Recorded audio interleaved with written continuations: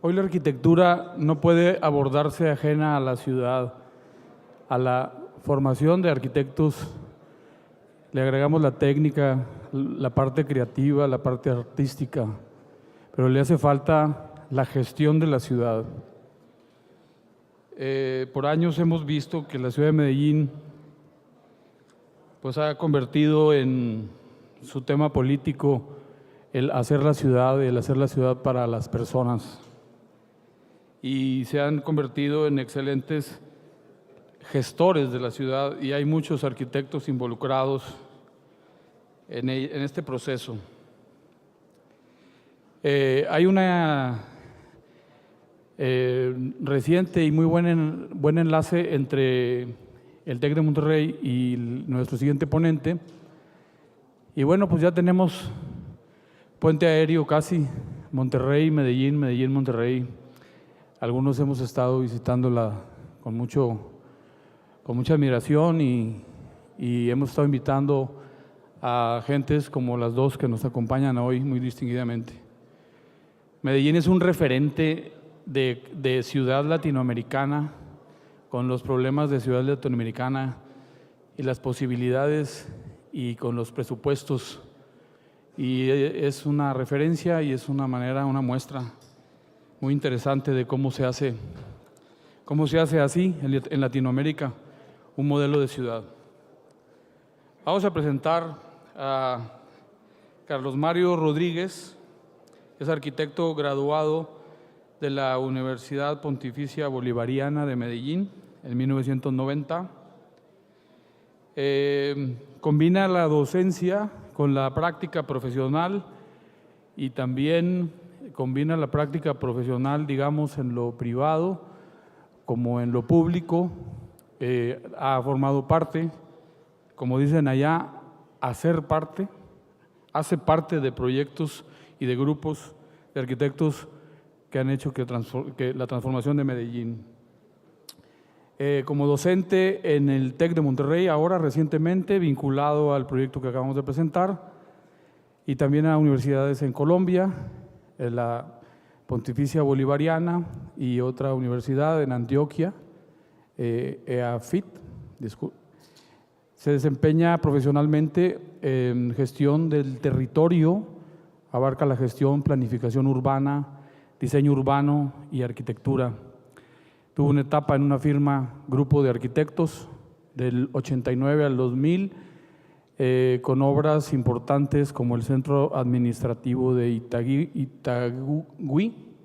el edificio para los juzgados de Río Negro en Antioquia, que es el estado donde se encuentra la ciudad de Medellín, la ampliación de la Escuela de Diseño de la Universidad Pontificia Bolivariana, o sea, su escuela, el edificio de la estación de policía del barrio de Sierra Morena en la ciudad de Bogotá.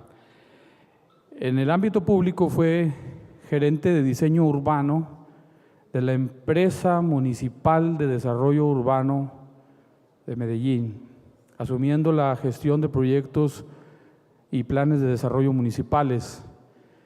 Ahí lideró un taller de trabajo en donde desarrollaron equipamientos deportivos, educativos y culturales, como el programa de Parques Biblioteca.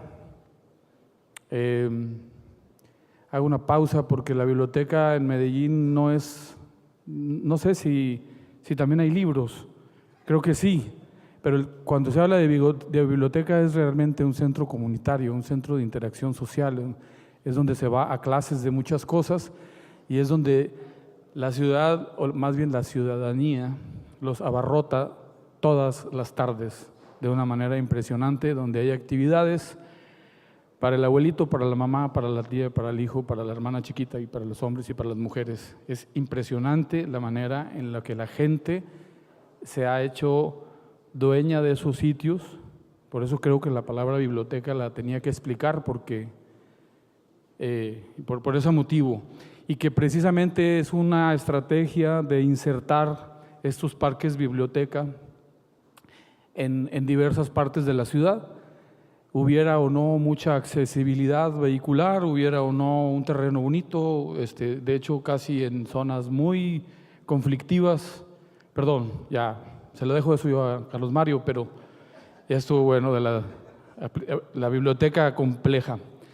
Entre ellos parques, bibliotecas y proyectos que fueron claves en el proceso de transformación urbana de la ciudad. Actualmente, desde su taller o oficina Arquitectos Urbanistas AMASU, trabaja todo el circuito de gestión, planificación, intervención de territorio, dan consultorías, asesorías en lo privado, local, nacional, internacional. Otra cosa es que los arquitectos de Medellín ya están exportando este conocimiento y esta manera de trabajar, ya se volvieron ya también una industria de pensamiento en la arquitectura.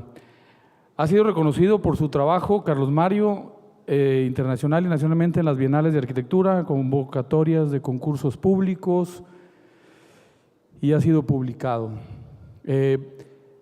Ya también es viajero frecuente a la ciudad, entonces pues ya estás en tu casa, Carlos Mario, bienvenido. Estamos en tus manos, muchas gracias. Te damos la bienvenida.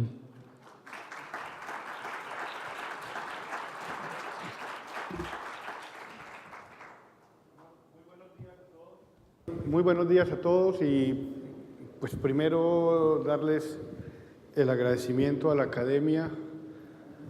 Es para mí ya frecuente y muy grato visitar México, en especial Monterrey.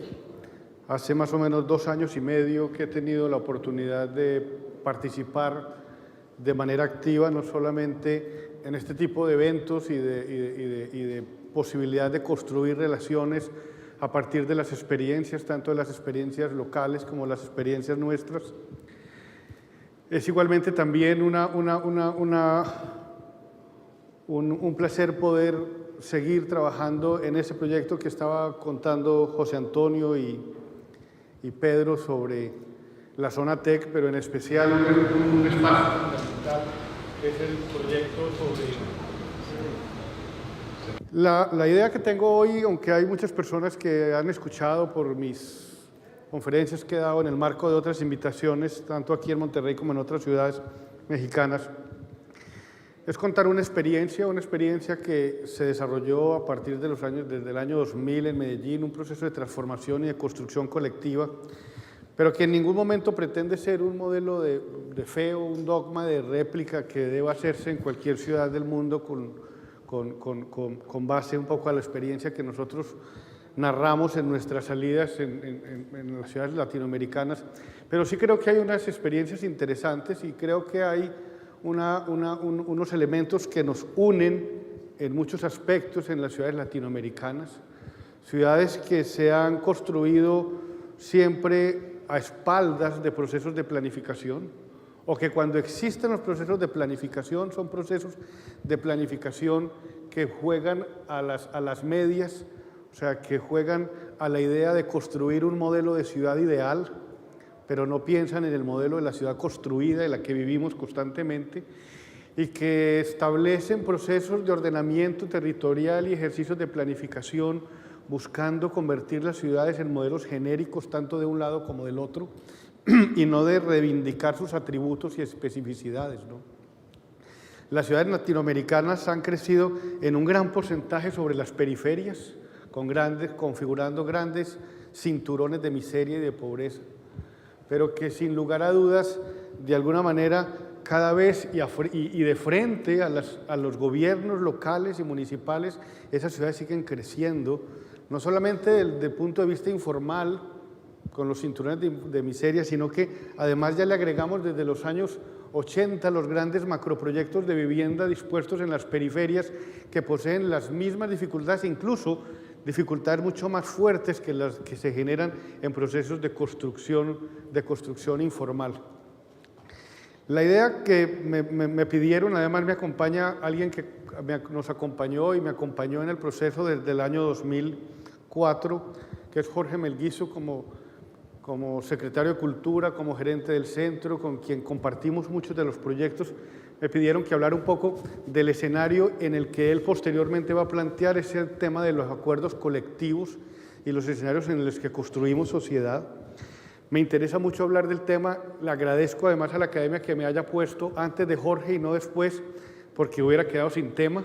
lo van a ver en la tarde. Le dije que en el desayuno le dije que gracias a Dios, porque si no me hubiera tocado inventarme una de las canciones que todavía tengo, porque no habría otra alternativa. Pero es muy interesante porque ahora, y me lo dice Jorge, me puso, hay una niña que nos preguntó en la relación pasada que era un foro de arquitectura y que habíamos hablado más de lo social. Yo creo que es que hoy la arquitectura debe ser un hecho social, es fundamentalmente un hecho humano, y en consideración de eso tenemos que entender la arquitectura y el urbanismo como un hecho de lo contenido, no de lo que lo contiene. Y esa es un poco la apuesta del trabajo, porque sin lugar a dudas la arquitectura está hecha para la gente, y cualquier proceso de transformación urbana, como el que plantea la zona TEC o como los que podemos ver planteados a lo largo del día, el objeto de la transformación es el ciudadano, no la ciudad. Es el objeto realmente sobre el cual se constituye el valor primario de nuestro quehacer profesional. Creo que cada vez más, y lo ha demostrado las tendencias a nivel mundial en nuestras ciudades, tratamos de buscar humanizar las ciudades, de entenderlas como un hecho en el que nuestras actuaciones como arquitectos o como urbanistas generen el escenario en el que sea posible convivir. Nosotros realmente lo que tratamos de plantear en este proyecto de Medellín, proyecto que continúa transformándose y madurándose, que continúa procesos de autocrítica que son fundamentales, pero que sin lugar a dudas logró poner, más que los proyectos mismos, más que la arquitectura misma, poner a la ciudadanía como centro de los procesos de transformación. Y ese yo creo que es un poco el mensaje que quisiera dejar acá dentro del proceso. Y van a ver una cantidad de imágenes que siempre están ligadas a la gente, a los niños, a la gente que realmente cohabita en el desarrollo de las ciudades. Lógicamente recurrimos al caso de Medellín. Sin lugar a dudas es el soporte para esta conversación, es la experiencia que hemos venido construyendo, porque además hay un tema que es fundamental, y es que si podemos a través de estas conversaciones o de estas charlas indagar en las metodologías de aproximación a las problemáticas del territorio, somos capaces de buscar similitudes en casos que son muy parecidos. En términos, pongamos, económicos y en términos geográficos, entre Monterrey y Medellín hay muchas similitudes, ¿no? Es una ciudad que nace desde el desarrollo industrial, es una ciudad con una geografía en un valle que es liderada por dos, pero que tiene unas dinámicas económicas y sociales muy similares, aunque con especificidades de trabajo, pero que logra construir algo que me parece fundamental, y es, hoy necesitamos empezar a apostarle a la construcción de políticas públicas, más que a proyectos. Y ese es un tema que es muy importante, porque normalmente si nosotros no construimos políticas públicas a mediano y a largo plazo, lo único que vamos haciendo es disponer en el territorio actuaciones individuales y que de alguna manera son aleatorias, que no hacen parte de un sistema que permita realmente generar procesos de transformación importantes. Y un poco en el tema del Medellín, uno de los temas que me parece interesante es que los proyectos que voy a plantear están hechos a partir de la constitución de políticas públicas que no solamente están planteadas desde el ejercicio físico-espacial, sino desde la condición social, cultural, de la educación, de la seguridad y de la convivencia. Políticas públicas en el que nosotros como arquitectos y urbanistas solo disponemos el territorio para que con nuestra disciplina y nuestra profesión podamos convertir los escenarios ideales para que sucedan ese tipo de políticas públicas. Un tema de contexto que es muy importante, siempre me parece fundamental. Colombia es un país de regiones, es un país muy marcado por las regiones, las zonas de la costa, las zonas andinas, las zonas centrales, las zonas amazónicas de selva y las zonas, pero es un país muy marcado, pero que tiene un antecedente que es muy importante para nosotros como urbanistas y arquitectos, y es la Constitución del 91. En Colombia, a partir de un proceso muy complejo que tiene que ver mucho con la reinserción o el pacto de paz hecho con el M-19 alrededor de los años 90, con la muerte de Pablo Escobar y un poco la discusión y el problema de violencia generado a partir de los años 80, con otros factores que van sumando, se plantea una reforma constituyente en el año 91 y se genera una nueva constitución. Constitución que tiene un punto fundamental y que me parece importante poner en evidencia para poder arrancar mi presentación, y la primera es que le da un lugar muy importante a la sociedad y al ciudadano, ese ciudadano que ya empieza a ser parte colectiva y corresponsable en la transformación del territorio, y ese es un paso fundamental, y es un poco cambiar el chip de tener esa relación unilateral entre el Estado y el ciudadano, y es el Estado está allá y me regala y viene y me tiene que resolver mi casa, me tiene que resolver el transporte, me tiene que resolver todo, sino que hay una relación corresponsable y es la construcción del país, es un hecho corresponsable, es un hecho en el que la ciudadanía y el Estado juegan un papel igualitario en ese proceso de construcción social del país. Y el segundo punto es que la Constitución del 91 plantea la formulación de una ley que es la Ley 388, y es la ley que define que todos los municipios del país tienen que formular sus planes de ordenamiento territorial. Eso es fundamental, es un punto de quiebre muy importante para poder lograr haber tenido estos ejercicios. La plan de ordenamiento territorial lo pueden encontrar perfectamente en internet, se llama Ley 388 de ordenamiento territorial, obliga a que los municipios empiecen a formular planes a 12 años, o sea, son planes a mediano y largo plazo que definen los lineamientos y las políticas públicas para ordenar y construir el territorio, con revisiones cada 4 años y que permiten realmente generar una política mucho más establecida y formalizada de cada uno de esos procesos. En ese mismo sentido de la ley de la política colombiana hay un tema que es fundamental y es la elección democrática no solamente de alcaldes y gobernadores, sino de los consejos municipales. Los consejos municipales son la representación de los ciudadanos ante el consejo, y esa representación permite tener un control político de las actuaciones de las alcaldías y de los gobernadores, pero sobre todo un sobrepeso para que permita tener un equilibrio en la manera como se actúa y se gobierna un territorio. Medellín es una ciudad más o menos de 380 kilómetros cuadrados con una temperatura promedio de 24 grados y una población entre 2.300.000, 2.400.000 habitantes, vuelvo y reitero, queda sobre un valle, pero que tiene, a partir un poco de esa idea del contexto, un tema que es muy importante poner en evidencia para poder entender un poco las dinámicas de la ciudad.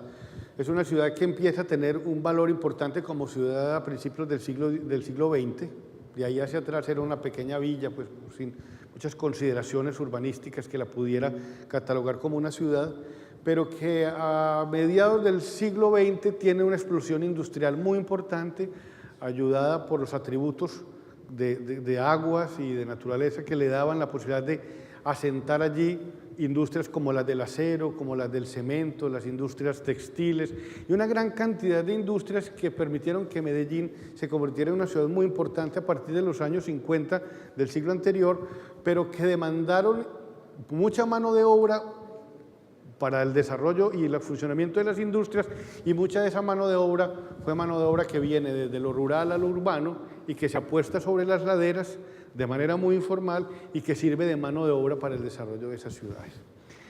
Lógicamente, una ciudad que se encontraba en los años 70 y 80 y aún todavía a 8 horas o 10 horas del mar, del puerto del Atlántico, del puerto del Pacífico, pues lógicamente no iba a ser una ciudad competitiva para fortalecer y continuar y madurar ese proceso industrial. No tenía ningún sentido porque no lo podía hacer. Viene el decaimiento en los años 80 de la industria, salen las acerías, muy parecido a lo que pasa acá, sale la industria del cemento y decaen mucho las industrias textiles. Y claro, cuando hay un decaimiento, esta segunda generación que participaba en el trabajo de las industrias del acero, del cemento, de las industrias textiles, pues se queda sin trabajo y aparece un poco como oportunidad el tema del narcotráfico. Entonces el narcotráfico llena los lugares que habían dejado vacíos las economías formales. Y eso empieza a partir de los años 70 con el contrabando de la marihuana, con el contrabando de enseres, de televisores, de cosas, y empieza a sofisticarse hasta llegar al tema del narcotráfico, del tráfico de cocaína y de todo el tema. Ese tema enfrenta en los años 80 al Estado y a los líderes de los cárteles de Medellín, y Medellín se convierte en un territorio de guerra. Un territorio de guerra que demuestra más o menos que en el año 91 teníamos 381 muertes por cada 100.000 habitantes. O sea, eso es una ciudad en guerra. Una ciudad en guerra que, sin lugar a dudas, había perdido cualquier posibilidad de tener un valor mínimo por la vida. Y en ese escenario en el que una ciudad como la nuestra, donde la industria había decaído, donde los servicios no existían, donde la ciudad era una ciudad que se había tenido que, todos sus ciudadanos, irse a sus viviendas y dejar la ciudad en manos de los actores al margen de la ley. Esa ciudad es una ciudad que llega y toca los puntos más críticos de lo que podría tocar una ciudad, y que de alguna manera a partir de los años 90, la muerte de Pablo Escobar, la nueva constitución política y otros factores importantes, decide hacer un acuerdo para reconstruirse como sociedad. Y es un acuerdo que le permite realmente permitirse entender que los problemas de la ciudad no estaban en los que estaba pensando, sino que había que ir a esos barrios en donde se habían apostado esas poblaciones a partir de los procesos industriales, y construir en esos mismos lugares un sentido colectivo que permitiera de alguna manera pagar las deudas sociales que tenían esos territorios. Y a partir de ese proceso hubo unos ejercicios muy importantes que empezaron a desarrollar. Este es un mapa de la ciudad. Lo traigo porque me sirve, como muchos otros, para tener indicadores. Cada estrella es una muerte violenta en la ciudad. Esto es un mapa más o menos del 2001, y que muestra cómo, yo tengo por aquí un señalador, vea, cómo la zona, este es el norte de la ciudad, este es el sur, esta es la zona nororiental, la centro-oriental, la centro-occidental, y miren cómo es de fuerte la presencia de los actos de violencia, sobre todo en esto y en estas periferias como la Comuna 13 y el centro, efectivamente, liberando estas otras zonas. Pero me sirve mucho porque siempre que hago este tipo de conferencias o en las conversaciones que tenemos en el taller, la gente lo primero que me pregunta, bueno, ¿y ustedes cómo saben qué es lo primero que hacer? ¿Dónde hay que hacer? Yo creo que las ciudades tienen indicadores suficientes para poder definir en dónde se actúa. Es que el problema normalmente es que, como los políticos en procesos electorales llegan a las alcaldías o a las gobernaciones de alguna manera ya empeñados por acuerdos que se hacen esos procesos de llegar, entonces las respuestas son fundamentalmente fragmentadas y le apuestan a esas zonas en donde estuvieron empeñados, bien sea por el número o indicador de votantes o por otras negociaciones o concertaciones que se hayan generado. Pero temas como estos, la cobertura de educación, los soportes culturales, los niveles educativos, son realmente los instrumentos sobre los cuales los gobiernos deben actuar, ¿no? Deben tener esa claridad para poder emprender procesos de desarrollo urbano. Uno de los temas importantes que teníamos que tratar de construir, y este en un proyecto colectivo de trabajo entre arquitectos, ingenieros, sociólogos, comunicadores sociales, todos puestos en la misma mesa tratando de construir un proyecto colectivo y común, pensábamos que lo que había que tratar de hacer era construir un ejercicio en donde la educación formara parte estructural de un proceso de transformación. Y la educación entendida no solamente desde la formalidad del proceso del jardín, del colegio, de la escuela, del bachillerato o de la universidad, sino entendiendo la educación como un factor fundamental y primario para cualquier proceso que se desenvolviera en el territorio. Entendiendo, y lo decía ahora Pedro, es que cada acto de gobierno, cada obra que se desarrollara, siempre debería mediarse por un saldo pedagógico que ella entregara. O sea, los saldos pedagógicos de cada uno de esos se convertían en la oportunidad que desde cualquiera de las acciones o políticas desempeñadas dejaran saldos pedagógicos para ir construyendo sobre esos procesos. Le reitero, hay problemas de desigualdades sociales muy profundas, una deuda social histórica, pero sobre todo una violencia con raíces profundas, o sea, unas condiciones, unos escenarios, pero que había de entrada también una idea de construir colectivamente una recuperación de la ciudad entre los entes privados, entre los entes públicos y las comunidades, para poder tratar de construir un escenario de convivencia que nos diera una sostenibilidad a futuro. Y en ese sentido la ciudad ha venido demostrando en los últimos años que es posible reconstruirse como sociedad a través de procesos de intervenciones integrales. ¿Eso qué quiere decir? Intervenciones en donde dispongo en cada territorio todas las herramientas del desarrollo para poder de una manera impactar favorablemente en esos procesos de transformación. Ese ejercicio que es fundamental y que está ligado a tener una coordinación interinstitucional que permita hacerlo, necesita de la decisión política, de una decisión en donde el alcalde, no el director de planeación, o en tu caso, no el director del EMPLAN que tiene muy buenas ideas y tiene, no, es desde las alcaldías, desde el que dirige las ciudades, exista una decisión para poder hacer procesos de transformación urbana. Porque yo siempre que tengo la oportunidad, ayer lo comimos en la cena, lo estuvimos platicando, pero lo he oído en muchas ciudades a las que he ido, en Guadalajara, en Colima, en el DF. Entonces, uno oye que hay muchas ideas y que las asambleas de arquitectos tienen ideas y que los implanes tienen ideas, pero no van a ser factibles sin una decisión política, sin el compromiso realmente de que un alcalde o un gobernador o un presidente asuma el rol de entender que el territorio hoy es el instrumento para transformar la ciudadanía. De resto no puede hacerlo. De resto puede emprender muchos programas, pero si no hay realmente encaminado un proceso de gestión institucional, con la decisión política, con la construcción de equipos de trabajo interdisciplinares, es muy difícil lograr hacer estos procesos de desarrollo. ¿Y por qué el territorio? Porque realmente el territorio, sin lugar a dudas, es el escenario de la transformación. Y el territorio es el punto común para todas las disciplinas. Hay un territorio desde lo económico, hay un territorio desde lo social, hay un territorio desde lo ambiental y hay un territorio desde lo físico-espacial. Pero la palabra siempre común es el territorio. El territorio mirado desde dos ámbitos importantes. Uno, desde el tangible, definido por todo aquello que contiene y delimita, o sea, si lo llevamos a la arquitectura por sus edificios, sus casas, sus plazas, sus parques, pero también, y más importante aún, desde lo intangible. Y lo intangible es aquello contenido, que es lo que tiene valor realmente.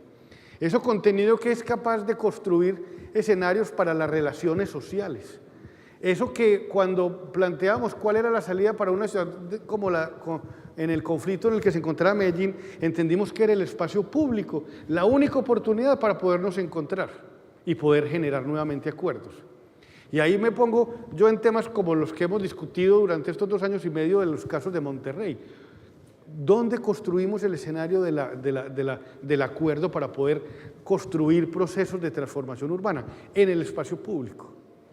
Y entonces cuando uno habla del espacio público, no solamente está hablando del espacio configurado para tal como un piso, sino los hechos que generan espacialidades públicas, el transporte público, ¿no?, los equipamientos y edificios públicos, y son ellos realmente los que pueden considerar este tipo de proceso.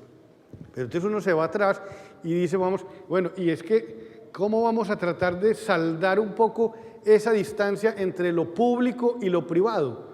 Cuando tenemos una cultura de lo privado a través del vehículo como espacio de construir. Yo les digo a los estudiantes, mire, nosotros si no dejamos de ser la cultura de la burbuja, no vamos a poder tratar de construirnos. ¿Cuál es la cultura de la burbuja? Están en su departamento, se montan en el ascensor los deja en la puerta de su coche, el coche los lleva al salón de clases en la universidad, del salón de clases de la universidad montan otra vez el auto, los lleva a la plaza comercial y van a su casa. No tuvieron ninguna relación con lo público.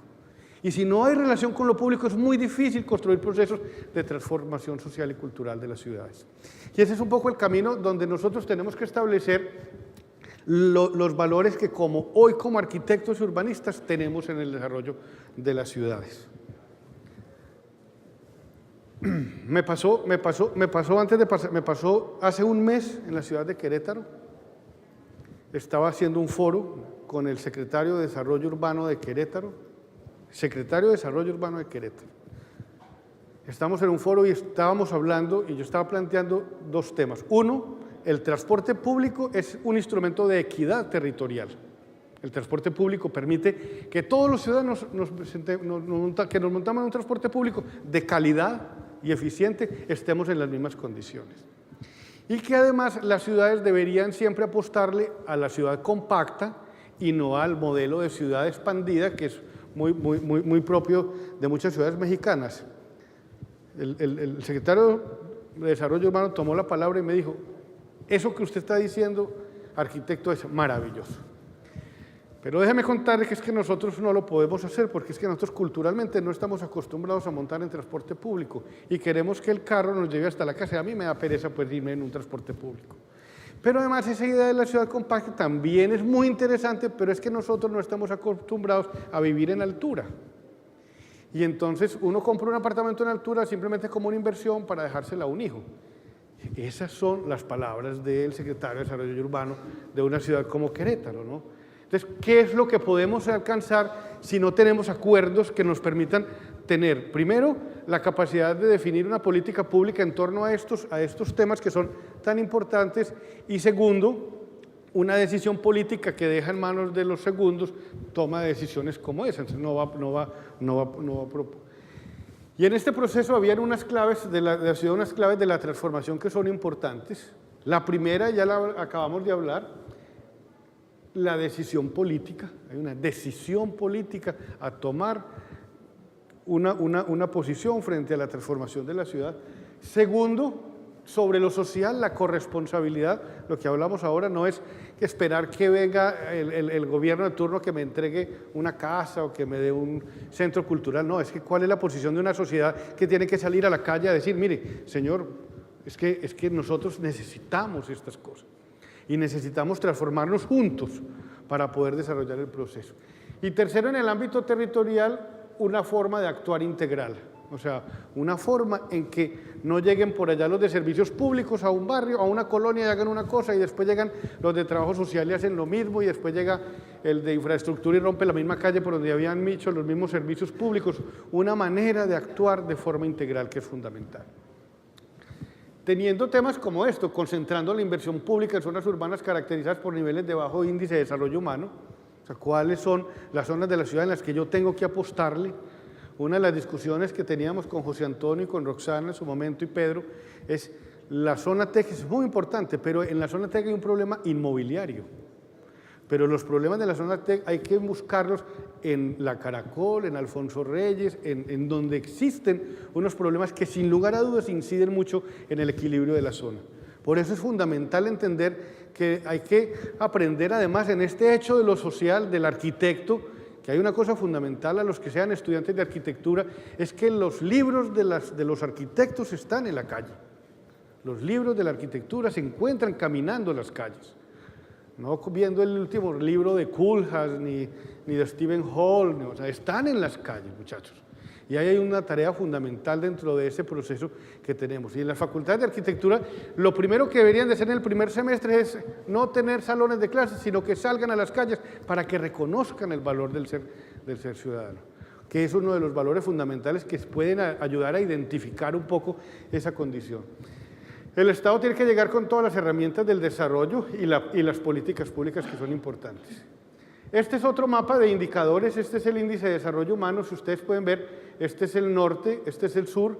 Las zonas más claras son aquellas de mayores deficiencias de índice de desarrollo humano, que si la cruzamos con los de violencia coinciden mucho con estas zonas, pero que si las cruzamos con cobertura educativa, con cobertura de salud, están siempre puestas aquí.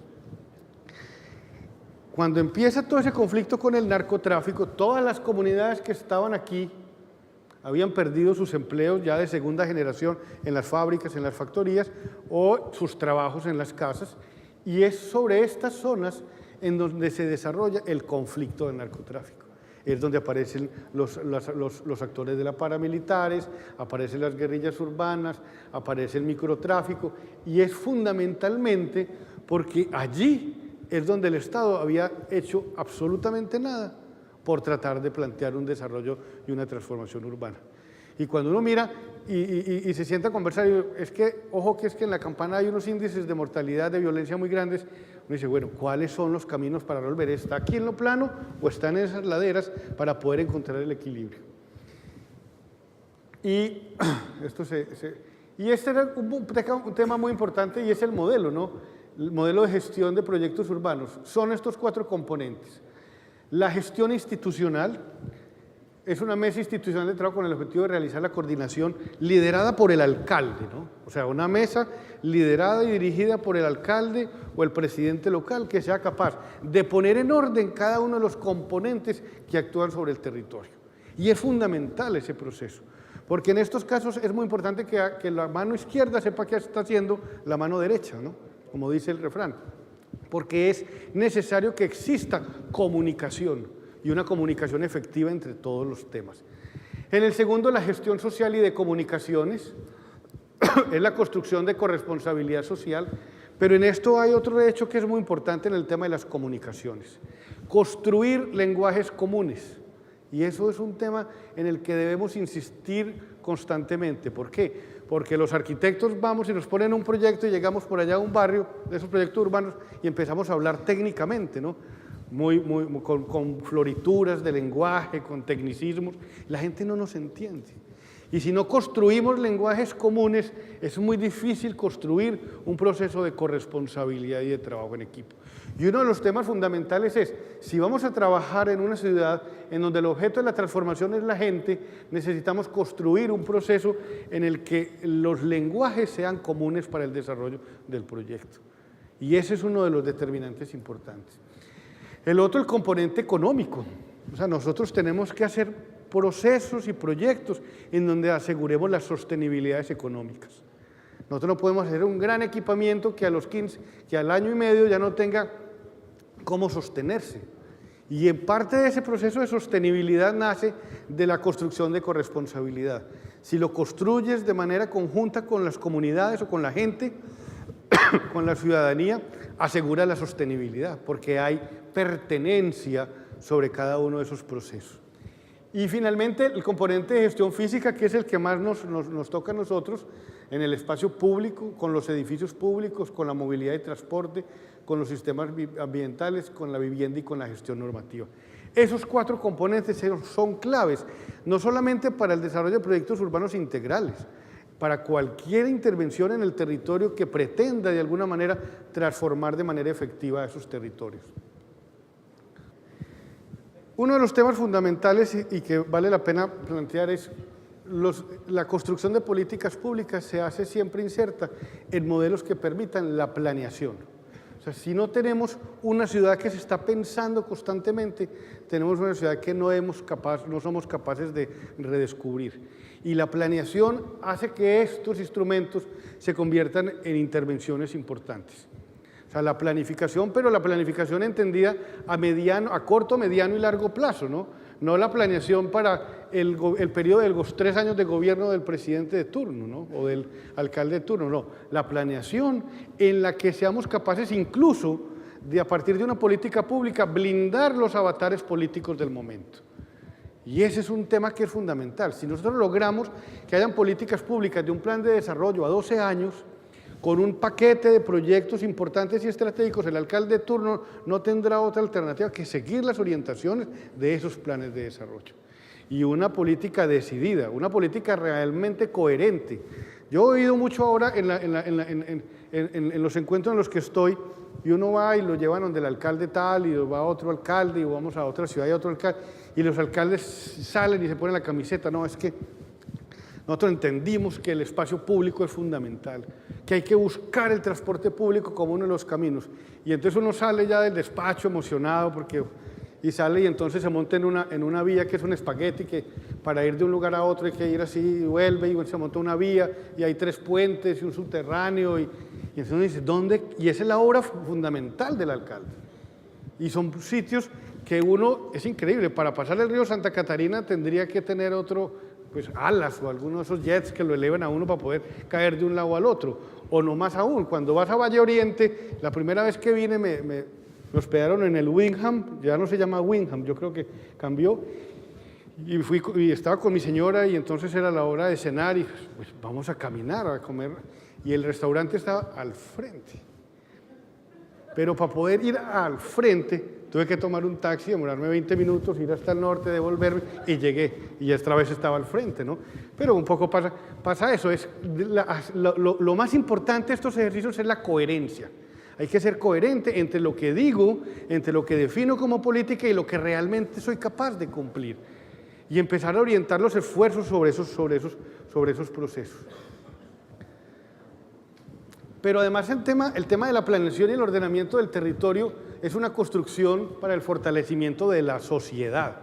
O sea, a mí no me interesa que haya una empresa de planeación, un CEDUBI, un INPLAN, que se vaya para su oficina y son muy inteligentes y hagan un ejercicio de planificación. Ya tengo el plan de ordenamiento urbano, pero no lo consultaron con nadie. Pero no es un proyecto colectivo, y cuando no son proyectos colectivos no construyen corresponsabilidad. Y eso es uno de los instrumentos que sé que son desgastantes, porque son procesos desgastantes, pero son fundamentales en la construcción de los procesos. Y que sin lugar a dudas es lo que nos permite una construcción de escenarios de acuerdo para poder proceder con los procesos de transformación. Con ejercicios como estos, metodologías del planear y del actuar. Ojo, metodologías del planear y del actuar. Normalmente estamos acostumbrados a procesos de planificación e intervenciones lineales. Entonces, el alcalde llega y se posesiona un día y entonces empieza, este año sí ahora sí vamos a planear la ciudad. Y se demora 3 años, terminó el gobierno y no pudo, o 4 años y no pudo. Hay que hacer ejercicios en que podamos aprovechar todo lo que las universidades investigan y diagnostican, todo lo que los gremios investigan y diagnostican para empezar a encontrar cuáles son obras de las que nosotros llamamos obras de mangos bajitos, ¿no? Son muy rápidamente y empiezan a transformar y a hacer cambios en el territorio. Y ese es un tema fundamental, porque es una metodología que permite planear y hacer de forma simultánea. Y en el hacer de forma simultánea hay un tema que da valor agregado a ese proceso. Las personas, vi una diapositiva que presentó Lorena, que decía el 80 o el 76% de la población no le interesa participar en procesos o no asiste a reuniones de junta. Pero claro, es que no creen, es que no hay confianza. Es que ¿a qué voy a ir si fui hace 8 días y me dijeron que iban y vuelvo y hace un mes igual y hace un año igual? Es que las sociedades se cansan, o sea, se debilita la credibilidad. Y cuando empiezas a planear y le dices, vamos a hacer una planeación, y otra vez van a planear. Entonces, eso desmotiva, ¿no?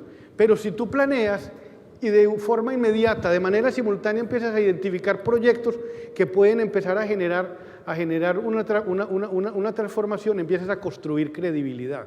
Y entonces la gente ya no es el 70% el que no va, sino el 40% y después el 20%, y empieza a construir ejercicios, pero sobre bases en las que se permita realmente generar esos procesos de credibilidad y de transformación. Con otro tema que es fundamental, y es, miren, las sociedades están desestimuladas porque son ciclo tras ciclo tras ciclo, y yo en las conversaciones, pero es que ¿qué vamos a hacer en estos 3 años? No, pues lo mismo, no, vamos a empezar a emprender. Hay que construir movimientos cívicos que permitan, como esta academia, tratar de transformar en esos procesos. Y ahora sí voy a mostrar 2 proyectos en 2 zonas de la ciudad y 4 proyectos aislados para que tratemos de entender un poco cómo estos procesos de transformación se convirtieron en procesos de impacto y de mejoramiento de las calidades de vida. Gran parte de nuestras ciudades han crecido sobre procesos de ocupación indebida, muchos de ellos. O sea, yo diría que un gran porcentaje en la ciudad está entre el 40 y el 45% de nuestras ciudades, puede ser más poco aquí, en algunas otras más, pero que sin lugar a dudas esas precariedades han sido las generadoras de los escenarios de violencia y conflicto más grandes de nuestras ciudades. Y eso tiene una cosa muy importante. Hay una relación necesaria entre el modelo de ocupación de los territorios y sus comportamientos sociales y culturales posteriores. De la manera como yo construyo el territorio, 10 años adelante vamos a tener manifestaciones que son absolutamente evidentes. Mire lo que pasó en las comunas de Medellín, ¿no? O sea, se generó todo el conflicto que llevó a todo el proceso de violencia y de muertes de 381 muertes por cada 100.000 habitantes. ¿Pero por qué? Primero por su proceso de ocupación. Su proceso de ocupación que genera precariedades urbanas. Primero, no hay vías, están inconexas, los servicios públicos son precarios, los equipamientos públicos no existen, la vivienda no es una vivienda digna. Todo ese numeral de elementos que planteo son el caldo de cultivo para procesos de desarrollo, de conflicto posteriores. Pero llamémoslo la atención, puede que no sean procesos de ocupación indebido, puede que sean procesos inclusive promovidos por el mismo Estado, como me tocó en Ciudad Juárez, un proyecto de 15.000 viviendas en riberas del río Bravo, en donde solo estaba ocupado el 30%, se convirtió en una de las colonias más violentas de Ciudad Juárez. ¿Por qué? Porque no tenía equipamientos, porque las vías no eran importantes, porque no había espacialidades urbanas, porque no había transporte público. Y entonces esas condiciones de cómo ocupamos el territorio redundan posteriormente en los comportamientos sociales y culturales de la ciudad. Y definimos un modelo, una metodología de intervención, la denominamos proyectos urbanos integrales, que fundamentalmente son intervenciones que abarcan la dimensión de lo físico, lo social, lo institucional, y que tienen casi como estos cinco ejes de trabajo. Primero, articular las acciones municipales. Aquí hay un tema muy complejo en México, donde empiezan las competencias del Estado, del municipio y de lo federal. ¿Cómo se traslapan esas competencias? A veces uno dice, vamos a hacer esto, ¿con quién hablamos? ¿Con el Estado? No, esa no es con el Estado, es con el municipio. No, eso es del gobierno federal. Aquí hay un tema muy complejo en la manera como se definen las competencias. Y como es muy complejo y cómo se definen las competencias, es fundamental tener articulaciones de acciones municipales. Nosotros tenemos una condición muy distinta, es más importante el municipio que la gobernación, en términos de recursos, porque el municipio se dedica a actuar sobre su municipio y el Estado a tener políticas generales del Estado y de todos los municipios que están allá. Y el gobierno tiene sus problemas dedicados a los de índole nacional o estatal. Entonces ese tema de cómo articular las acciones municipales es ir a estos territorios y poder actuar de manera sincrónica. Adecuación y construcción del espacio público, adecuación y construcción de equipamientos o edificios dotacionales, promoción de programas habitacionales y para mí una de las más importantes, evidenciar territorios articulados a través de sistemas de movilidad y transporte público. ¿Qué pasa en estos territorios? Su modelo de crecimiento sobre las periferias los hizo territorios no evidentes, no están en el imaginario inclusive de los ciudadanos. Es un barrio que está por allá. O sea, yo les pregunto, ¿para quién es evidente la Campana? Para el que pasa por Río Nasa o pasa por Alfonso Reyes, de pronto la ve ahí, pero no son evidentes. Y uno de los temas fundamentales es que si no son evidentes, es allí en donde se generan los problemas de violencia, de microtráfico, de conflicto, porque allá nadie entra, porque allá nadie rompe esa barrera del decir, no, es que allá hay un barrio, aquí está la ciudad formal, aquí está la ciudad informal. Y uno de los temas fundamentales que hacen este tipo de proyectos es evidenciarlos, y una manera de evidenciarlos es tener sistemas de transporte público y movilidad que lo conecten desde el principio hasta el fin del proyecto. Y en ese sentido, construir etapas de trabajo para la planificación y la intervención hacen que esos componentes se desplieguen a partir de procesos como estos. Una planificación, un diagnóstico y una formulación, una gestión, pero esto mirado de manera continua. Con temas fundamentales, son unas etapas de diseño y de preconcepción, de gestión y de animación que permitan desde la primera parte reconocer con los actores de la población las problemáticas generadas en cada uno de esos territorios. Eso con los siguientes, con territorios que están caracterizados de esta forma, ¿no? Pobreza y exclusión social, desplazamiento desde lo rural al urbano, intervención fragmentada del Estado, desarrollo urbano de tipo informal, baja calidad de vivienda, condiciones precarias y bajos estándares de espacio público y deterioro del medio ambiente natural. ¿Cuáles son los territorios que cumplen hoy en Monterrey y en México con características como esta? Y estoy sin lugar a dudas entendiendo que no solamente son aquellos de tipo informal, sino también muchos de carácter formal que generan esas mismas condiciones. Y sobre territorios de esos hay que trabajar entendiendo cuáles son las problemáticas. Ahora hablaba de la importancia de conocer el modelo de ocupación del territorio. Y les voy a dar simplemente un ejemplo que ustedes podrían hacer, los estudiantes en las facultades miren el proceso del proyecto urbano integral de la ciudad para entender los problemas. Mire, en el 1940, ¿no? Les dije que los trabajadores que se emplazan en estas zonas que vienen de lo rural al urbano aparecen a partir de los años 50. Miren, estos puntos son las estaciones del cable que hay hoy. Este es el Cerro de Santo Domingo. De aquí estamos en la cota más o menos 1480 y aquí estamos en la cota perfectamente 1900 de la ciudad. Pero miren este proceso cada 10 años. En el 50.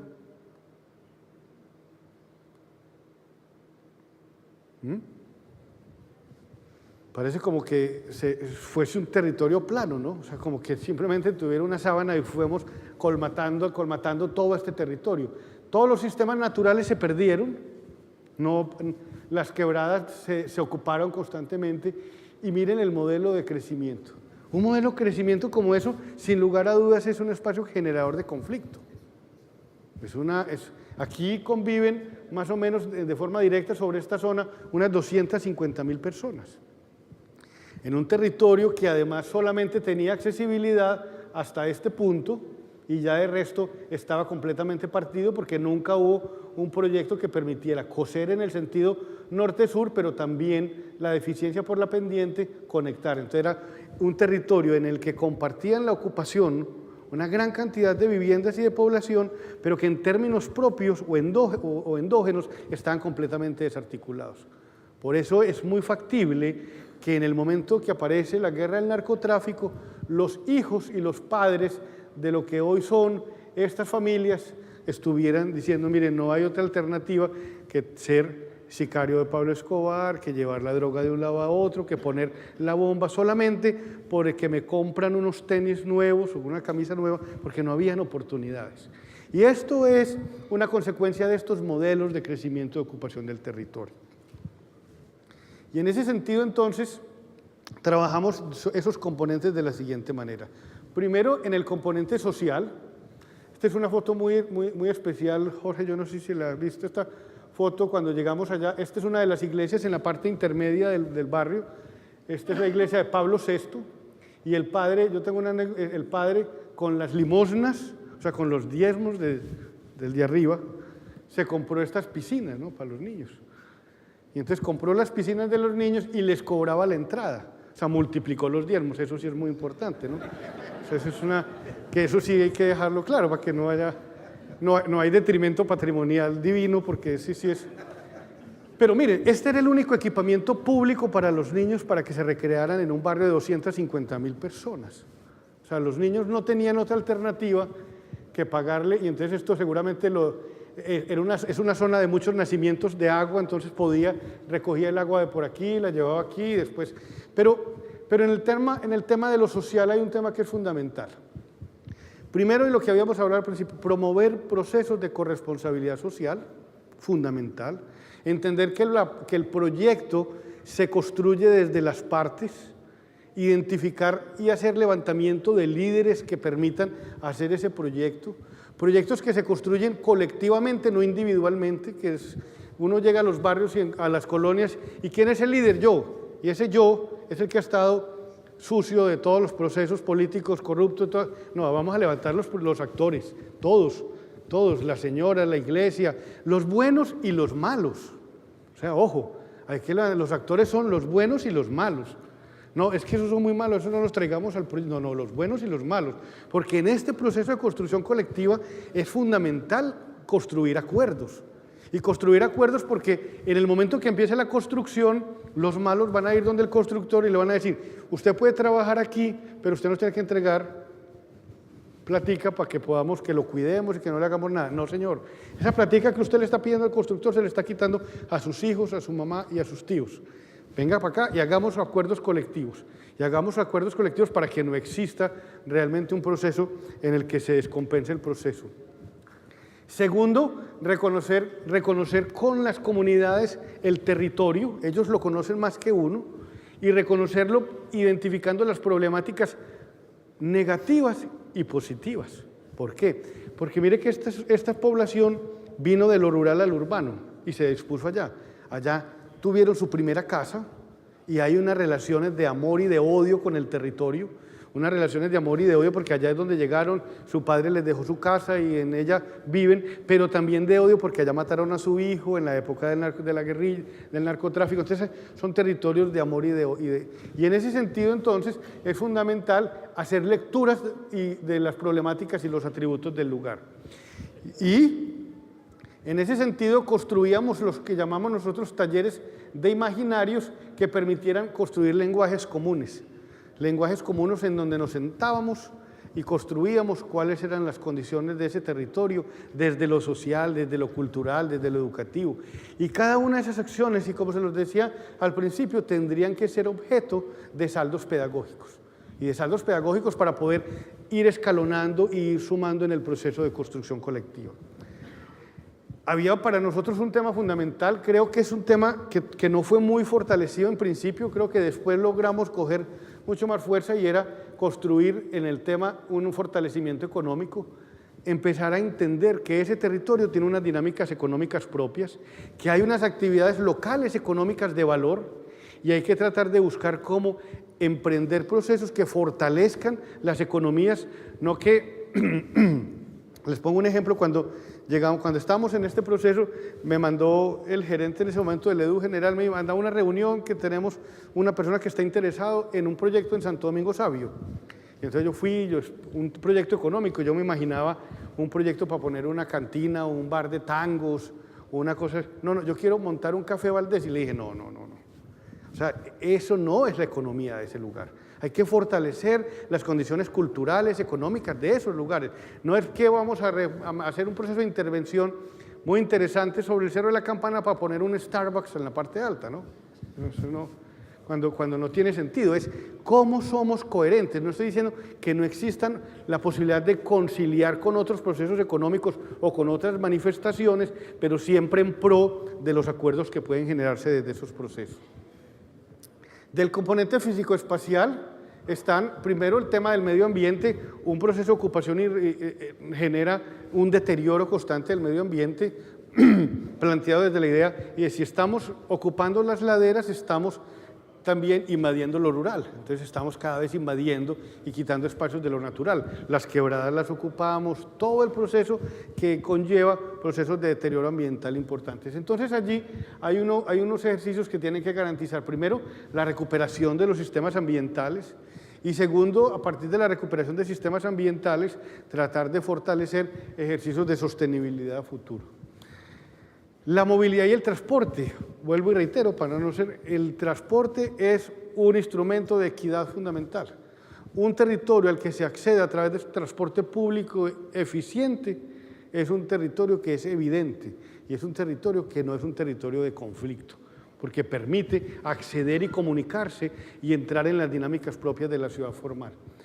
Permite además, a través de ese transporte, en este caso, pongamos, se tuvo que asumir el transporte del cable, y se puso el transporte del cable porque las pendientes no permitían, pero además que si hicieses un sistema vial, tumbarías el 30% de las viviendas, entonces había que tratar de mediar un poco en las condiciones, y aquí, en este caso, se decidió por las alcaldías el tema del cable, aprovechando de alguna manera que el transporte empezara a reordenar territorios que habían nacido de manera aleatoria, constituyendo centralidades o centros de vitalidad, y disponiendo en ellos el espacio público, los equipamientos para reordenar un poco sus condiciones. El espacio público, repito, para el encuentro ciudadano y la construcción de ciudadanía, ya me miraste, me quedan 5 y no he pasado ni el primero. 10, bueno. Bueno, voy a pasar más rápido. Entonces, el espacio público, el tema de la vivienda, y voy a empezar a contar, y el tema de equipamientos, espacios para el fortalecimiento de aprendizaje de la cultura ciudadana y la no violencia, pero sobre todo, equipamientos para dignificar los barrios. O sea, edificios de valor, edificios hechos con calidad, con arquitectos que tengan experiencia, que demuestren calidad y que pongan en esos lugares los mejores edificios, inclusive mejores que los de la ciudad formal. Y de esa manera construye dignidad en la ciudadanía. Y a partir de eso emprendimos un proceso con temas especiales de desarrollo que lo voy a poner, pero voy a ponerme un hincapié en con la norma. Ojo, la norma es un acuerdo comunitario y en estos territorios el acuerdo debe estar mediado por las preexistencias. ¿Qué quiere decir esto? Yo quiero, aquí hay un director de planeación, uno, se fue. Mentiras. ¿Qué pasa? Es que nosotros no tenemos normas para actuar en estos territorios. No hay. Vaya, actúe. No puede. ¿Por qué? Porque las normas las hacemos para la ciudad en expansión, para la ciudad nueva, para la ciudad que no tiene previsto estos conflictos. Así que hay que construir unas normativas que sean acuerdos comunitarios para que puedan suceder las transformaciones que hay aquí. Si en el territorio de la zona de la nororiental, como en otros que ustedes tienen presentes en el territorio de Monterrey, aplicáramos la norma, tumbábamos el 80% de los barrios que no cumplen. Pero ese no cumplimiento puede ser un acuerdo para mitigar los problemas que generan. Además que esos barrios tienen unas espacialidades urbanas que se las envidian otros barrios formales de la ciudad. Las callecitas, las callejuelas, las perspectivas, la vista sobre la ciudad, porque además son muy inteligentes, ¿no? Se apostan sobre las laderas para tener una vista maravillosa de las ciudades. Maravillosa de las ciudades. Y en ese sentido la normatividad juega un papel fundamental. Definimos entonces un plan maestro. Básicamente voy a mostrar unos cuatro proyectos. Uno, el Paseo Andalucía, una calle de 770 metros que estaba desde el río hasta la primera estación, en donde no existía una sola banqueta. Miren, esta era la calle.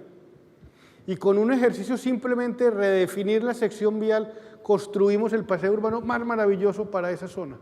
Solamente redefiniendo la sección vial. Y entonces dice, pero ¿cómo así tenías tantos carriles y los carros qué? Y dejaste nomás 1,5, pero es que es una comunidad que no usa el automóvil, porque ya tiene un sistema de transporte público. Y entonces es posible intercambiar y plantear la posibilidad de tener aquí un espacio donde las banquetas no son continuas, ¿no?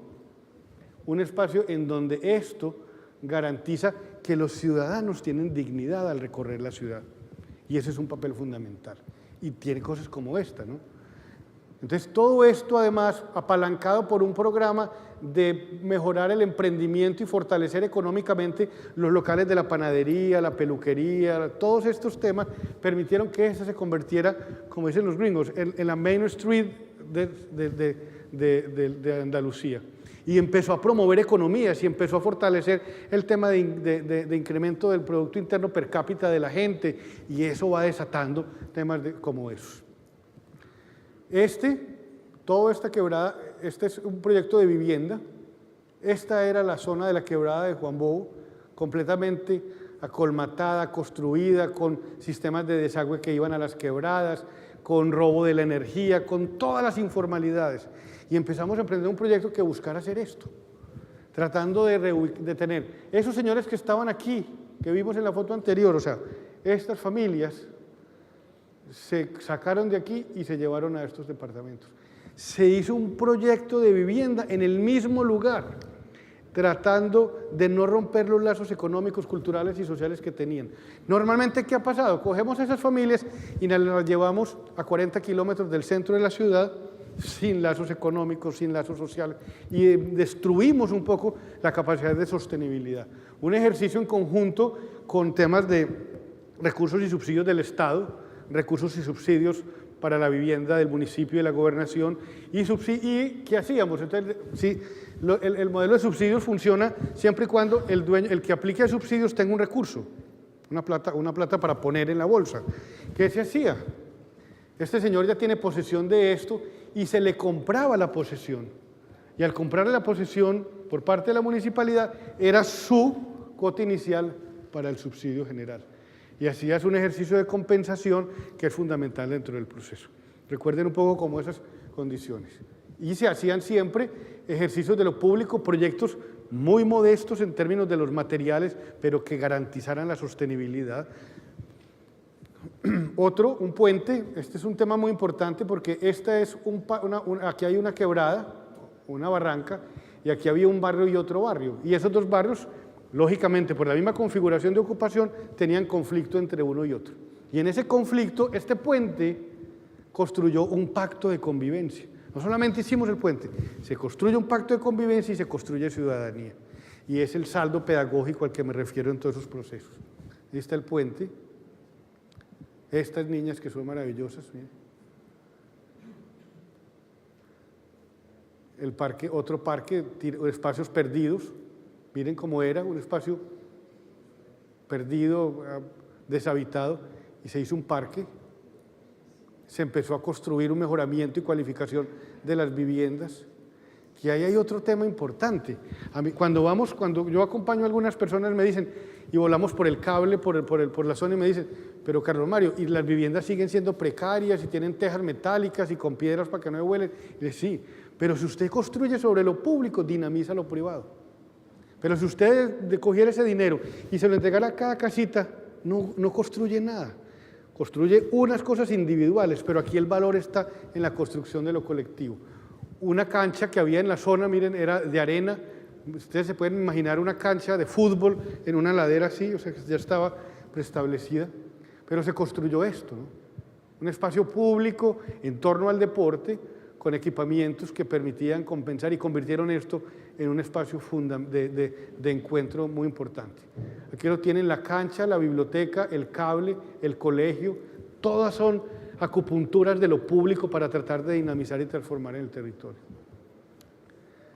Esta calle, que es la primera obra que hicimos cuando hablábamos de los mangos bajitos, esas primeras obras del actuar rápidamente la calle, era esto, una calle sin banquetas, el colegio, aquí una cancha cerrada, aquí había un restaurante comunitario muy malo y llegamos a esto, ¿no? O sea, una calle pequeña con ya las casas, la gente pintó sus casas, un comedor estudiantil, la cancha, entonces ya la cancha no era cerrada, sino que permitía el uso por parte, entonces está el colegio, el comedor comunitario, la biblioteca, el cable, el sistema de operaciones. No es un proyecto tirando elementos, sino cómo construir un proyecto sistémico que sea capaz de transformar desde todos los componentes. La biblioteca, entonces aquí está, miren, el CEDESO, el Centro de Desarrollo Zonal Empresarial, el colegio, la estación, la cancha, el comedor, el espacio público, la biblioteca, el puesto de salud, entonces todo esto. Y en donde lo más importante era tratar de trabajar sobre lo público, ¿no? Está la biblioteca. Biblioteca que, como decía Fernando, no es una biblioteca, ¿no? Lo menos importante son los libros, es el espacio en el que comunidades como esta tienen hoy computadores para conectarse con el mundo, tienen actividades de deportes, de recreación, de cultura, y finalmente es un poco el valor de eso.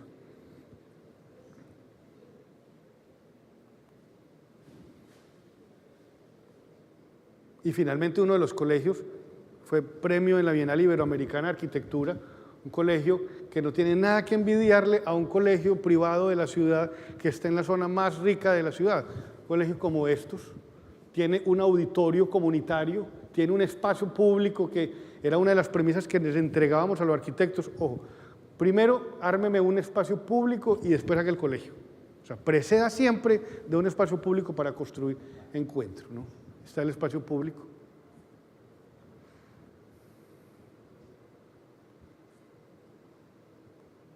Construir a partir de la educación es garantizar procesos a mediano y largo plazo, que a veces para las políticas de los gobernantes no son porque no dan réditos muy rápidamente, ¿no? Pero que sin lugar a dudas son fundamentales dentro del proceso de proyecto. ¿Listo? Muchas gracias.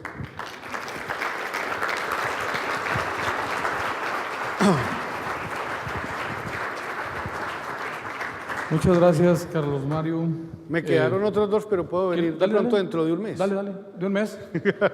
Hay otro proyecto, pero si hay tiempo, no sé. ¿Los vemos? ¿Sí, no? Sí. No queremos quedarnos sin ver el material No, es que lo paso rápido, Fernando. Yo le estoy aprendiendo a Jorge. Pero esperen en la tarde. En la tarde sí hay que traer algo para estar... Dale. Mira, no, es que este es otro proyecto urbano que es importante, es el proyecto urbano de la Comuna 13, es la zona donde hubo un conflicto muy fuerte entre el año 2000 y 2004, de las mismas condiciones características de la Comuna Nororiental, una zona absolutamente inaccesible, si pueden ver ahí, es como una especie de batea en la parte oriental de la ciudad, occidental, y aquí llega el metro de la ciudad, pero de aquí del metro a esta zona es imposible llegar. Y claro, entonces es imposible llegar, ahí están los problemas, hubo el conflicto más grande, porque entonces llegaron desde la montaña, es un punto de entrada hacia el norte del país, llegaron las brigadas comunistas, barriales y locales, y por otro lado llegaron los paramilitares y fue un lugar de conflicto muy fuerte. Pero entonces es un proyecto que lo que hace es, aquí está el metro, la última estación del metro, y se hizo un cable que subía en este sentido hacia los barrios, pero en esta no había cómo porque era muy difícil, pero hicimos un proyecto para recuperar todas las calles como espacios públicos, no como vialidades. Las calles como espacio público y a partir de las calles ir pegando aquí un centro cultural, una unidad deportiva, una biblioteca y un colegio, aquí otra biblioteca, y fuimos entrando hasta el punto donde se podía entrar, que era aquí, porque de aquí para arriba no había cómo acceder.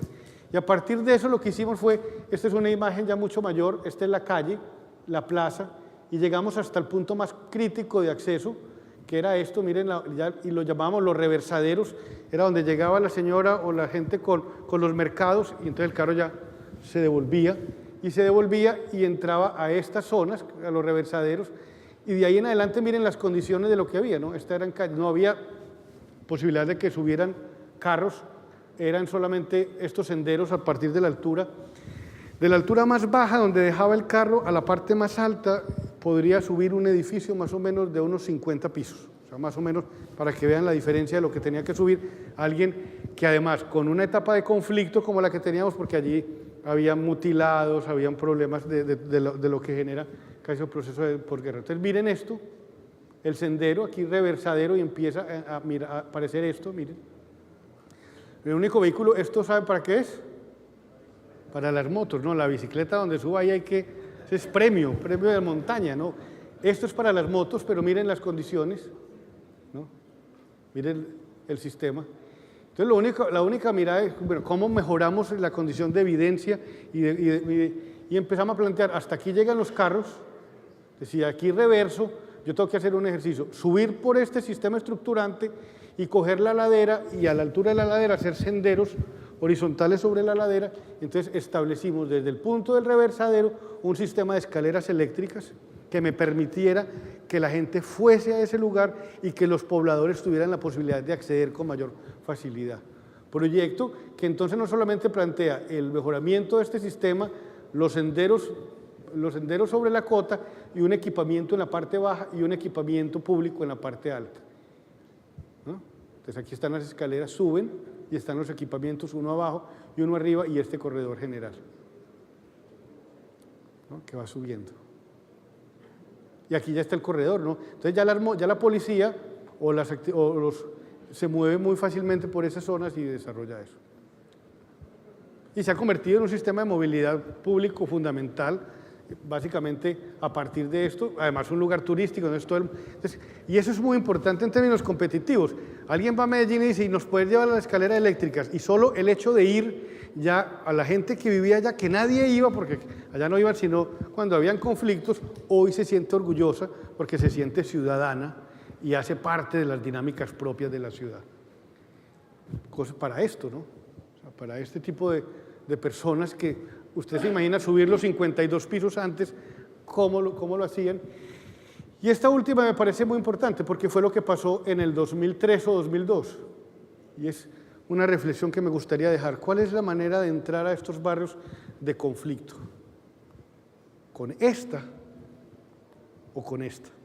Yo estoy absolutamente seguro que es mucho más fácil entrar con oportunidades, con transformaciones urbanas y con la capacidad de entender que somos capaces de construir lenguajes comunes de corresponsabilidad que nos permitan a través de los espacios públicos tener acuerdos y no violentarnos.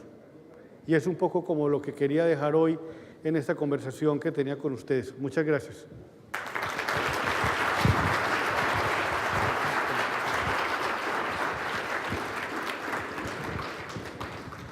¿Cuándo empezaron esto? ¿En 2000, 2001?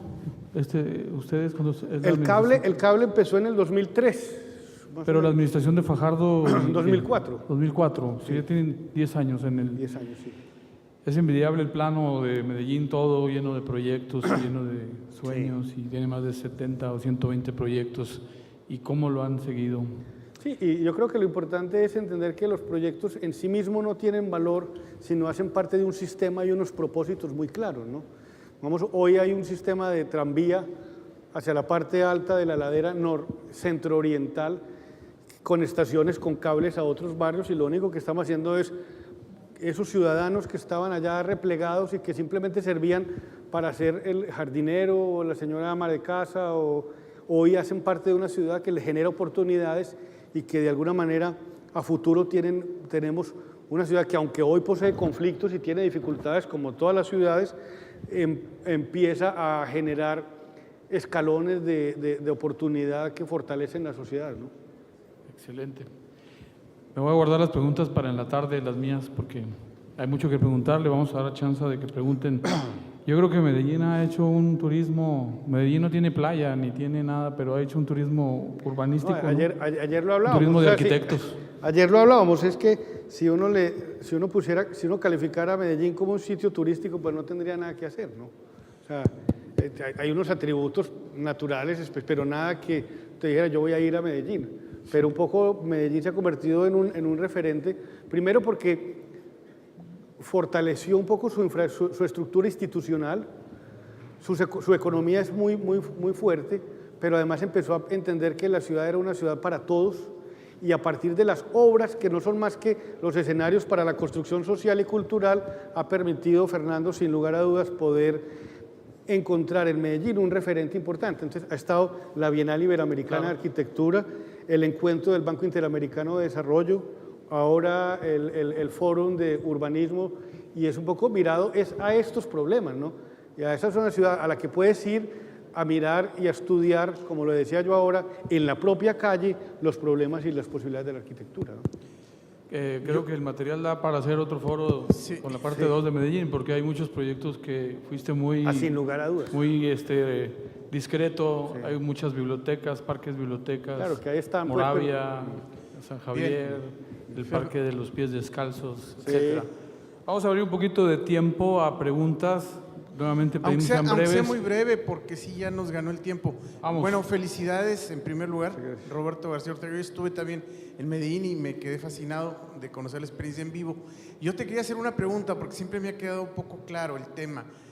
¿Cómo es posible la realización de estas mega obras de infraestructura para los pobres, para la gente que lo requiere, que dignifica mucho el espacio urbano? En términos de financiamiento, yo creo que la clave está en los términos de las digamos, atribuciones que tienen, pero también de los dineros. ¿Cómo está el tema de los dineros en términos de los 3 niveles de gobierno para la actuación en el territorio, y en qué medida hay otro tipo de inversión? Y también el eliminar la sospecha. A mí me gustaría que me lo subrayaras, que no hay también dinero sucio detrás de todo eso, ¿verdad? Del propio narcotráfico.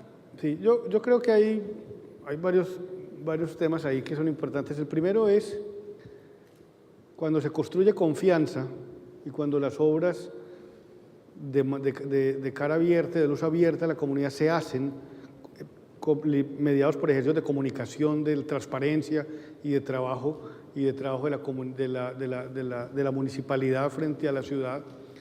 Los ciudadanos creen. Y hoy pongamos la ciudad de Medellín tiene el recaudo de predial y de impuestos más alto del país, ¿no?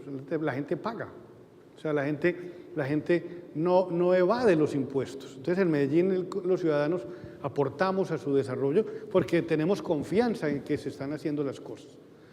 Segundo, yo diría que tiene una estructura institucional muy importante. Medellín tiene, yo creo que una de las empresas de servicios públicos más importantes o una de las más importantes de Latinoamérica. Presta servicios del agua, de energía, de saneamiento, de basuras, de televisión, de telefonía, presta todos los servicios. Y la prestación de esos servicios genera unas utilidades muy grandes a la ciudad, no solamente en la prestación de servicios locales, sino de ámbito nacional e internacional, y los dividendos y utilidades son reinvertidos en programas públicos como estos. Y entonces el programa de colegios que costó $200 millones es financiado completamente por los dividendos de lo que genera el proyecto los proyectos de EPM. Hoy el proyecto para el tranvía es generado de la unión de Millicom y de UNE, que es otra empresa municipal. O sea que hay unas empresas, seguimos preservando las empresas públicas para que ellas sean quienes de alguna manera, a través de la prestación de servicios y no entregadas a los privados, den dividendos se reinviertan eso en temas económicos importantes. Creo que la felicitación es obvia. Estamos aprendiendo algo que no nos ha caído el 20 aquí en Monterrey. Aquí el problema es de transporte, el problema es de vialidad, pero no es de accesibilidad, de comunicación, de llegar a los lugares, sino nada más cómo los prestadores de esos servicios se benefician a costa de la gente que no tiene ni voz ni voto, y que es la gran mayoría, porque la cantidad de gente que tiene un ingreso muy bajo es arriba del 40-50%. Entonces, si ellos están viviendo al día, no tienen posibilidades de tener voz ni voto. Entonces, creo que es importante darnos cuenta que la diferencia es que la ciudad es para el hombre o el hombre es para la ciudad. Aquí estamos haciendo una ciudad en donde tenemos que conformarnos a como el lugar, y allá están haciendo una ciudad que está al servicio del hombre. Muchas gracias. Sí, y vamos yendo al tema de la movilidad, pero también puede que haya mucha accesibilidad. Le voy a poner un ejemplo. Cuando llegamos en el 2005 a los trabajos en la zona nororiental, una persona que no tomaba el cable y trabajaba en el sur, que es donde están las empresas, las fábricas, se demoraba 2 horas yendo a su trabajo y 2 horas regresando. Si trabajase por 5 días, se demoraría 20 horas, se las pasaría en un transporte de mala calidad. O sea, un día de la semana estaría perdido o está perdido por una persona que tendría la posibilidad de que de ese día, medio día al menos, lo pudiera dedicar a su familia, ¿no? Eso es calidad de vida y eso es equidad territorial. Entonces, puede que yo tenga muchas vías y mucha conectividad, pero miremoslo en términos de aquel que toma un camión desde una parte de la ciudad al norte o al sur y se gaste 2 horas de su vida yendo y 2 horas teniendo. Muchos de ustedes se la gastan también en el transporte privado, ¿no? Eso es equidad territorial, eso es calidad de vida, que me demore 2 horas para ir a mi trabajo y 2 horas a venir, o a veces más, porque si hay un tráfico o si llueve, hay un caos aún peor.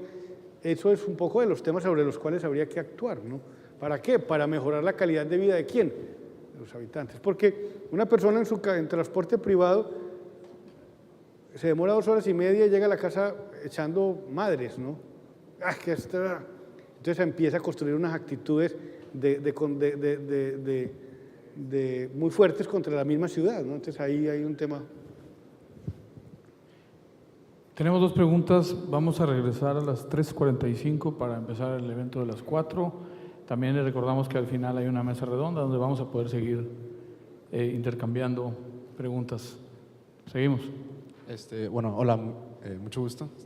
¿Cómo estás?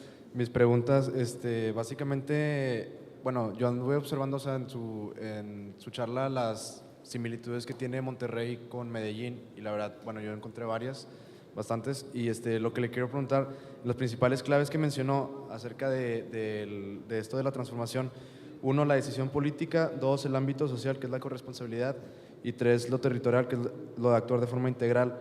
bueno, ¿qué sucede en un caso en el cual la decisión política en Monterrey está muy carente? O sea, nuestros políticos no están trabajando para el pueblo, están trabajando para ellos mismos. Y eso, bueno, lo que usted mencionaba, genera desconfianza.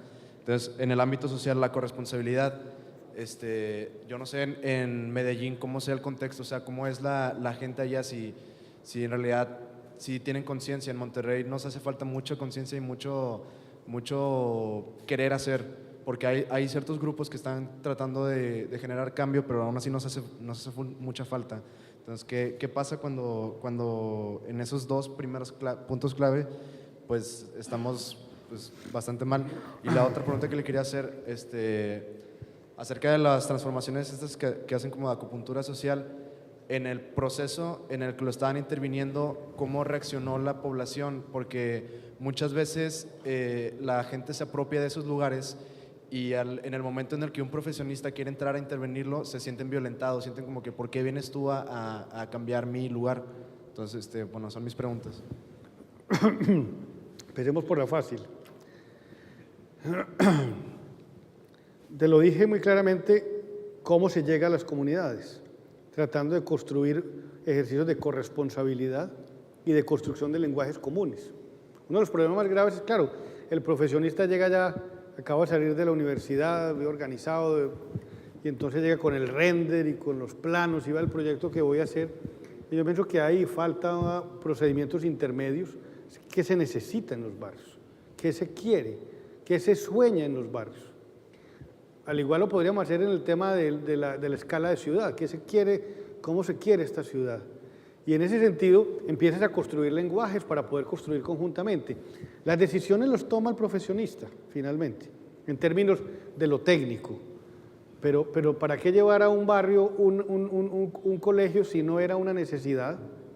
¿O cuál tipo de colegio quieres llevar? Mira, si tú ves, y me refiero mucho a la Campana porque lo sé, la parte baja de la Campana hacia Valle Oriente hay colegios, hay zonas comunitarias, pero no los sur porque están desarticulados. O sea, ahí no hay que hacer un colegio, ahí hay que hacer cómo la gente puede conectarse con el lugar, cómo puede ser amable. Si ven el colegio, no sé cómo se llama el colegio el colegio de toros, que yo digo que es de toros, el que está ahí en la parte baja de la Campana. ¿Aquí en Monterrey? Sí, aquí. Pero mira, le voy a poner un ejemplo que pasa ahí en ese colegio. Está el colegio, tiene una puerta de 3 metros por la que salen los niños, 500 o 600 niños, y 1 metro más adelante hay un tubo, como un burladero de plaza de toros, y después del tubo sigue la calle y por la calle pasan los carros a 1000. O sea, el problema ahí no es el colegio, es la relación de lo que antecede esa condición de lo público. Entonces, ahí es donde están los problemas, o sea, no están en los grandes problemas, creo que están en los pequeños problemas. Y en ese sentido, si construimos lenguajes para poder aprender, hicimos un taller el viernes sobre las lecturas del territorio, cómo leer el territorio más allá de lo visible, ¿no? El territorio que se siente, que es más allá de lo construido o de lo que contiene. Lo importante es lo contenido en la ciudad, la manera como se relaciona la gente. O sea, ese ejercicio que de manera cómica trato de plantear cuando estuve en el Wyndham y me tocaba pasar, es un ejercicio de no ciudadanía, es una ciudad que no es incluyente. O sea, es una ciudad en la que para poderme dirigir de un lugar a otro, estoy hablando de esta zona, de Valle Oriente, en la zona de San Pedro, con una de las ciudades más ricas, me dicen a mí, de México. Eso no puede pasar. Si una de las ciudades más ricas es la que debería ser mucho más sostenible, mucho más cercana a los ciudadanos. Entonces me parece importante es cómo aprender a leer el territorio. El territorio está más allá de lo visible, está en la manera como la gente se relaciona. Y nuestro trabajo como profesionistas no es solamente el oficio, ¿no? La técnica y el oficio, es entender cómo la gente habita, cómo la gente cohabita y cómo somos capaces de construir escenarios para esa cohabitación. Y ese es un papel. En cuanto si no existe decisión política, le devuelvo la pregunta a ustedes, porque no sería yo si hay o no hay decisión política.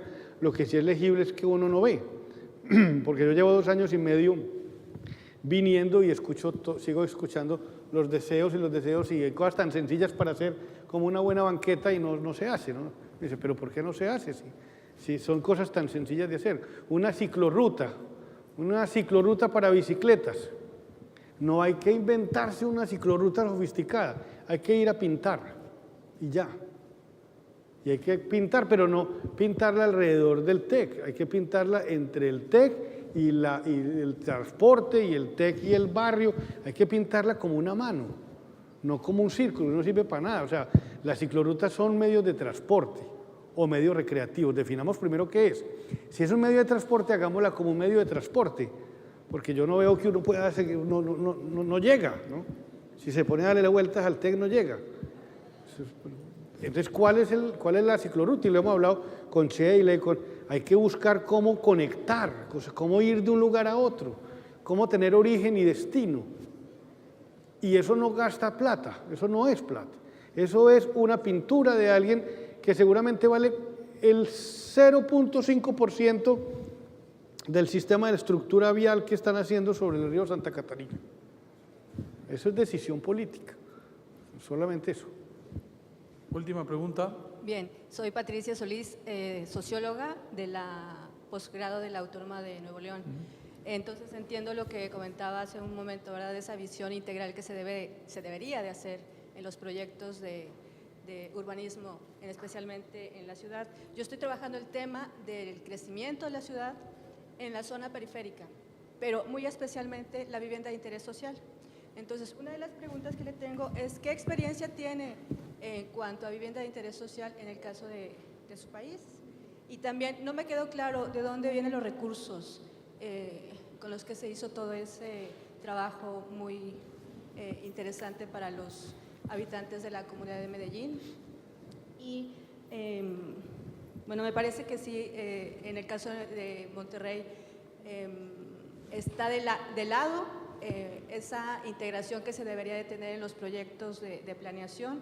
El Consejo de Participación Ciudadana no está legalizado, no existe en la ciudad, entonces por eso hay una no comunicación entre los tres sectores de la sociedad, lo público, lo privado y el social, especialmente el comunitario, que son las personas, que somos las personas, estamos completamente fuera de esos consejos de participación. Gracias. Bueno, en cuanto al tema de la vivienda social en Colombia, es responsabilidad de los municipios, pero aplican a recursos de subsidio para las familias. Hay viviendas de interés prioritario, que son las más bajas, que están alrededor de los $15.000, y hay ya unas viviendas sociales que llegan hasta $40.000. Las familias aplican a subsidios y cada municipio le entrega un porcentaje, el Estado pone una parte, el gobierno departamental otra parte y el municipal otra, y las familias ponen una parte de ahorro. Pero ese modelo económicamente, que para mí me parece que está bien, tiene un problema en términos de la ciudad, y es que se hace mucho énfasis en el desarrollo de la unidad de vivienda, y lo que debemos construir es ciudades. Entonces construimos muchas viviendas, pero las calles son malas, los equipamientos no están, y sobre todo en aquellas de periferia, ¿no? Por eso el ejercicio que viste de la vivienda aquí es ¿para qué llevarme esas familias a la periferia cuando puedo quitar 4 casas, hacer un pequeño edificio de 4 pisos y hacer y ubicar esas 3 familias y además me caben otras 10 familias, ¿no?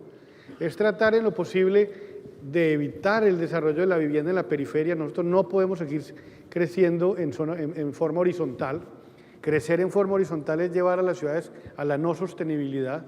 Primero porque las ciudades mexicanas, exceptuando lo que veo en San Pedro y en el DF, no tienen más de 2.5 promedio de altura. Son ciudades que perfectamente podrían subir un piso más. No estoy diciendo que suban a 15 pisos, pero si hicieras un conteo y subieras un piso más, estás casi duplicando la población, ¿no? Entonces, ese tema de la vivienda social está en ese sentido. Hay unas cosas positivas, los financiamientos, pero hay unas cosas negativas, y es que el subsidio de la vivienda es a una familia y no hay un proyecto que acompañe el proyecto de las familias, a no ser de que sea un municipio con buena palanca financiera que aporte al desarrollo de los otros elementos que comprometen el desarrollo integral de la ciudad. Segundo, me decías de... lo del financiamiento es financiamiento público de la municipalidad, con recursos propios recogidos a través de los impuestos prediales de la industria y comercio y con los dividendos que genera la empresa prestadora de servicios públicos. Ese es básicamente el ejercicio de financiación. Digamos que ya la vivienda se financia en varios formatos. En México tenemos instituciones de vivienda que solo financian, pareciera, un lote con una casa encima y no ha podido salir de ese esquema cuando allá son esquemas diversos. Llama la atención en Medellín, eso me lo contestas en la tarde, yo diría como un nivel de felicidad en la gente, cómo te habla un taxista, cómo te habla una persona que vive cerca de ahí, te cuenta con gusto, con orgullo lo que le hicieron, lo que le pusieron, y hay un nivel de amor a la ciudad que la gente lo transmite en cualquier lugar, en la calle. Hay sentido de pertenencia, que eso es fundamental. Hay un sentido de amor por la ciudad. Sí, lo han creado. Hay un sentido de orgullo. Sí. Y lo que no pasaba seguramente en los barrios informales donde se ha actuado, hoy hay amor por su lugar, ¿no? Entonces ya no venden. Había una pregunta es, ¿y ustedes cómo garantizan si ponen una biblioteca y un cable que la gente no se vaya y entren otros y le compren? No, es que ya hay un amor por el lugar. O sea, si invierten en mi barrio, yo me siento orgulloso de mi barrio. Y es el lugar donde nació mis padres, donde mis padres llegaron, y hay un tema importante. Y yo termino con una cosa que lo podemos ampliar al final de la noche, y es, miren, hay otro tema que es fundamental en la ciudad, que hace parte de la comunicación y de lo social. Estas zonas de la ciudad son zonas con poblaciones que no pasan de doble generación de venir de lo rural al urbano. Y en ese proceso de pasar de ser rurales a urbanos, las ciudades no se ocupan de construir en ellos y acompañar esos procesos de transformación. Y entonces, aunque viven en las ciudades, tienen cultura de lo rural. Y esa cultura de lo rural hace que no pague servicios públicos. ¿Por qué? Si yo en la finca o en el rancho tenía el agua ahí en un aljibe, ¿por qué voy a pagar agua ahora? ¿O por qué voy a pagar energía si yo...? Y entonces van y se conectan mal. Ahora no, hay una cultura de entender que ese proceso del ser ciudadano también es un deber de las municipalidades ayudarlo a construir.